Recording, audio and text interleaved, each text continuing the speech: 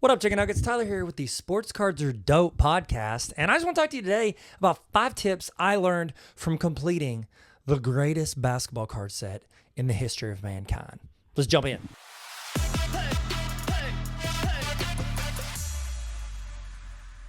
Okay, so I'm going to do probably like a longer ep where I kind of talk about like what it was like collecting this specific set. But I thought to myself, if I could help somebody who is embarking upon a journey where they're trying to collect a complete set of any cards, I thought, let me give them a few tips. So I thought about some tips.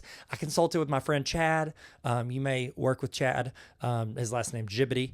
And so I just completed the 1996 EX Credentials, the first ever numbered set of basketball cards in the history of mankind. And I am working on how do I help other people who are embarking. Finn's joining the chat. Finn, you want to say what's up? Hi. I just got done football practice, eating some veggie straws, my man. Okay, so I'm just going to hit you with the tips. If you got any more tips, throw them in the comments. I'd love for our community to learn from each other and, get better at this whole collecting game if you're into collecting. So the first thing, and I think this is probably the most important, and that is I call it the Buy-It-Now Blitz. Once you pick a set, that you want to work on, what I noticed when I started rolling into the credential set, it was really easy to buy the first 10, 20 cards. Okay. I'd saved up some money and I went in and I just went in buy it nows. And a lot of them were listed anywhere from, I think as low as like 30 to 40 bucks up to like 70 or 80. And I just went in and I bought every single one. Okay. I threw in low ball offers, just wait. And then if they didn't respond or they said no, they counter, I was just snagging them at those rates. And I recommend if you can save up some money to do this at one time, here's the reason that helps.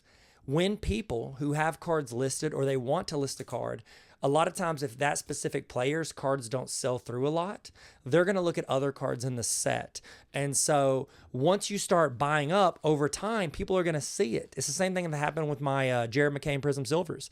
I started buying up all the buy it nows. Well, when people started listing more of them, they're looking at those previous sales and then they're raising it by $2 to $5 to $10. And so what I recommend is try to buy them like they call it in a historical way. If you ever studied history, they call it Night of the Long Knives, but you're not using it as an evil ploy to take over the world and make everybody speak German. You're using it as a way to take over the sports cards arena. So go in, snag as many as you can, like obviously studying the market before you do it, but then in one night and one day, just go in and just get as many as you can, clear the table. If you got 100 cards in the set, try to snag like 30 to 40% right off the bat. Again, don't overextend yourself with money, but if you can grab them, that's going to give you as many as possible before all those prices start creeping up. An average credentials card when I started that quest, they were like 40 bucks. Now the minimum is 70 to 80. And it's not just because of me, like other people have collected. I think other people are coming around on the greatest set known to mankind. But it also is because I was out there buying a bunch. And so I'm helping raise that market. And you guys know in our hobby, 1 or 2 people can set a whole new market on a group of cards. So go in and grab as many as you can in the Buy It Now Blitz. Second one, I call this the big seller bulk deal. Big seller bulk deal, my boy. All right. So with this is when you go to eBay, especially if you're like for instance, the Flare, they got row 0, row 1, and row 2. And row 0 is a little more expensive because it's more rare. But row 1 and row 2, especially for like commons, they're $1 to $2 to $3. So if they're not a lot, but if you go buy them individually, you're going to rack up, anywhere from $3 to $5 per card just on shipping.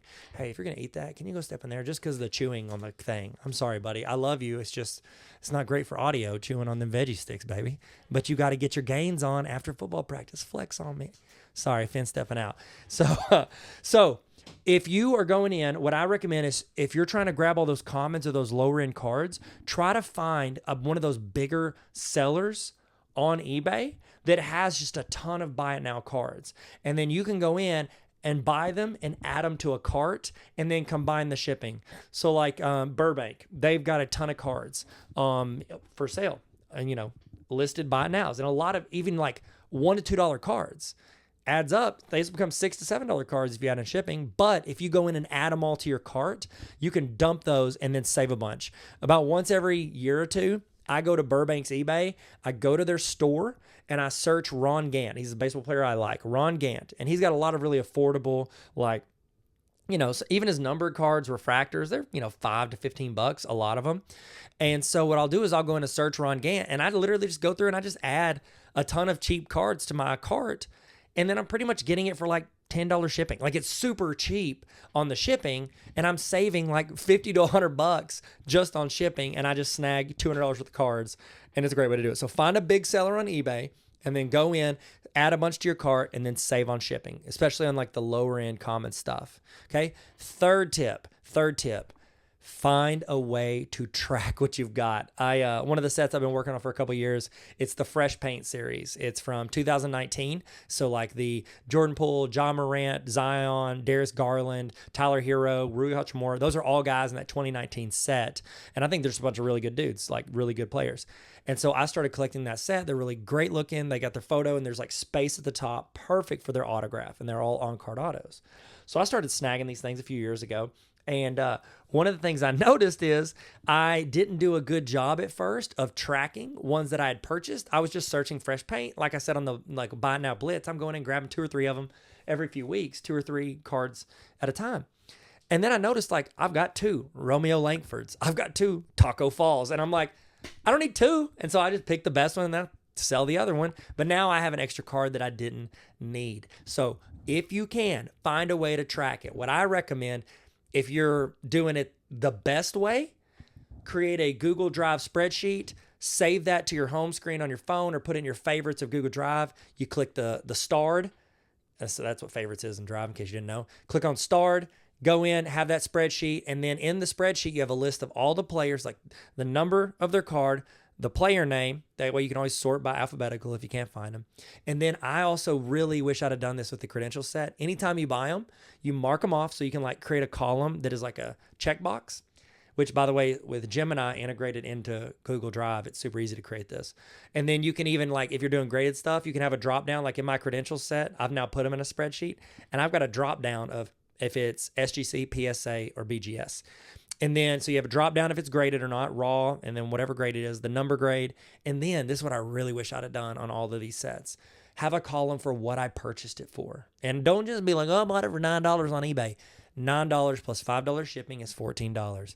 Put the amount of money you paid. You didn't donate. That's not a tip at the barista where they turn the iPad around and they go, just a couple more questions for you, and they're asking for a 18, 20, or 400% tip. So go in and create a spreadsheet. That's the best way. But if you're like me and you don't have the patience for that, what I do is I search for the checklist in Google, and then I just copy it, and then I go into my my notes app in my iPhone, and then I create a new note, paste it, and like the title is whatever the set is I'm working on, paste it, and then I highlight it again, all those names, and then I do it to where it has that like circular checkbox.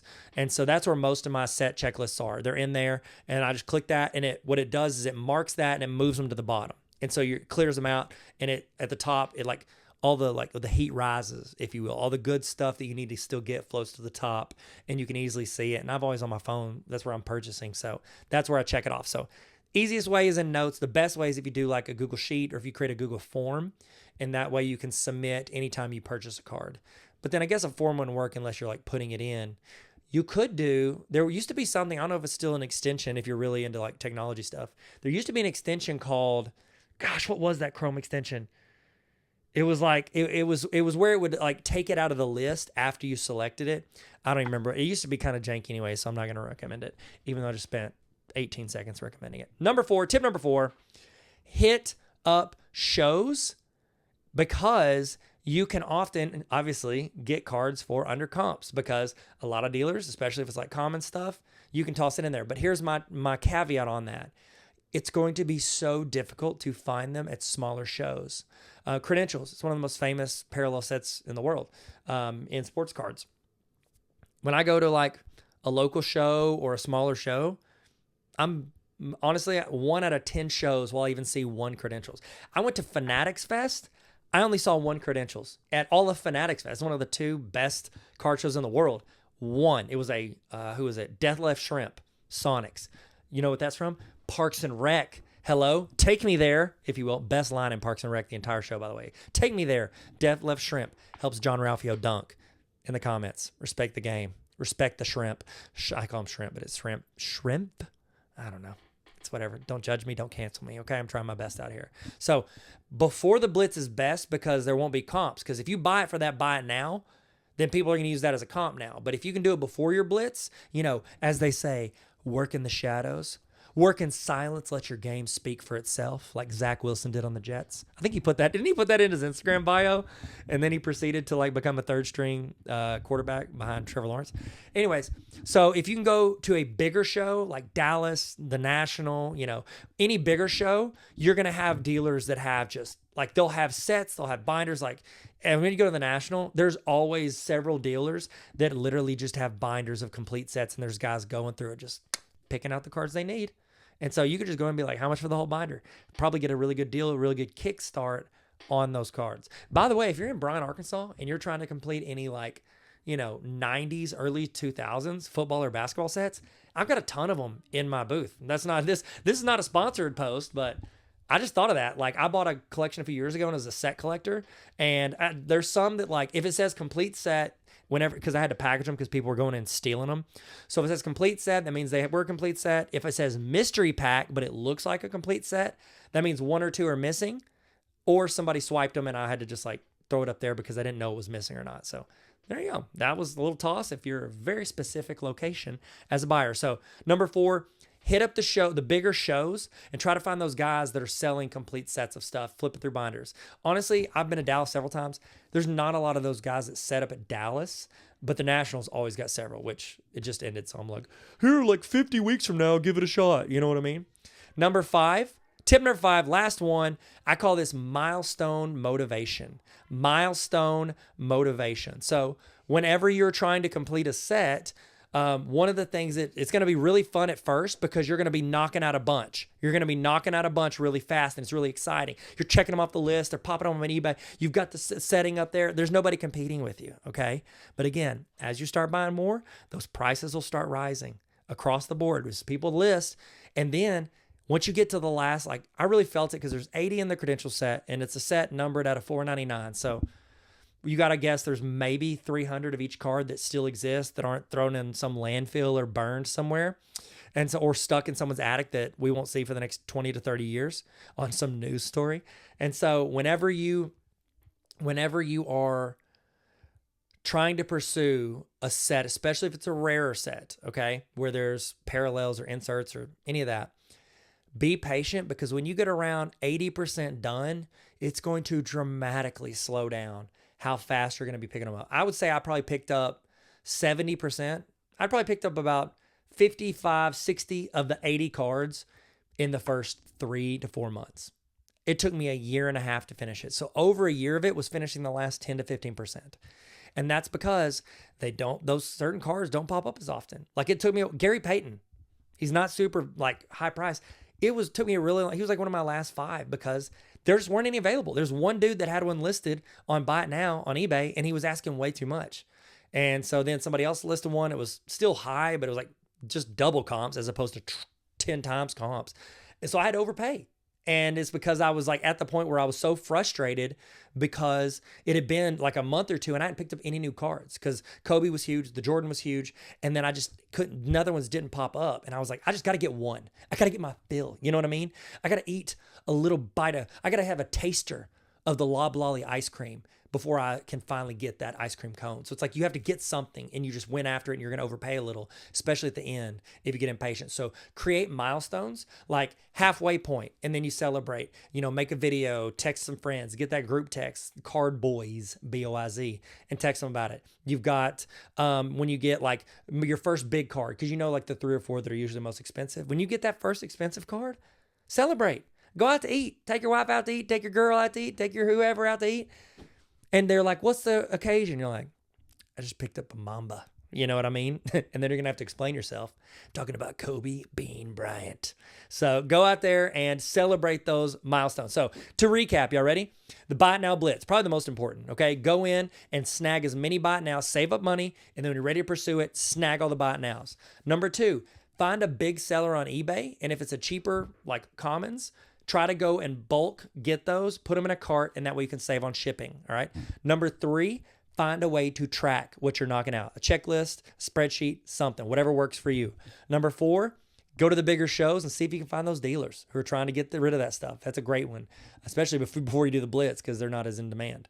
And number 5, get some milestone motivation. Figure out 3 or 5 milestones that you're going to use, or find a smaller, cheaper set to do in the background that you don't care about as much because you just want to move that one along. So those are my tips. If you got any more, toss them in the comments. If you want to hit the like or subscribe button, that's always cool. Also, for those of you on YouTube, look at this. Y'all like this? Check out the shirt. It's a Sports Cards Are Dope merch. We're looking at it. This is a sample. I'm seeing if we like it. Do you like it? Would you do this? Would you pay 120% of comps for this Sports Cards Are Dope shirt with this beautiful chicken nugget spinning a basketball? Let me know what you think. If you like it, if I should do this. If not, tell me, Tyler, quit trying. Just get a hat like everybody else. We're going to do hats. All right, that's it. That's all I got. Thank you so much for listening. I appreciate your time. You could have been anywhere in the world and you're here with me. So y'all be good, stay sweet, never stop collecting. Sports cards are dope. So are you. Later.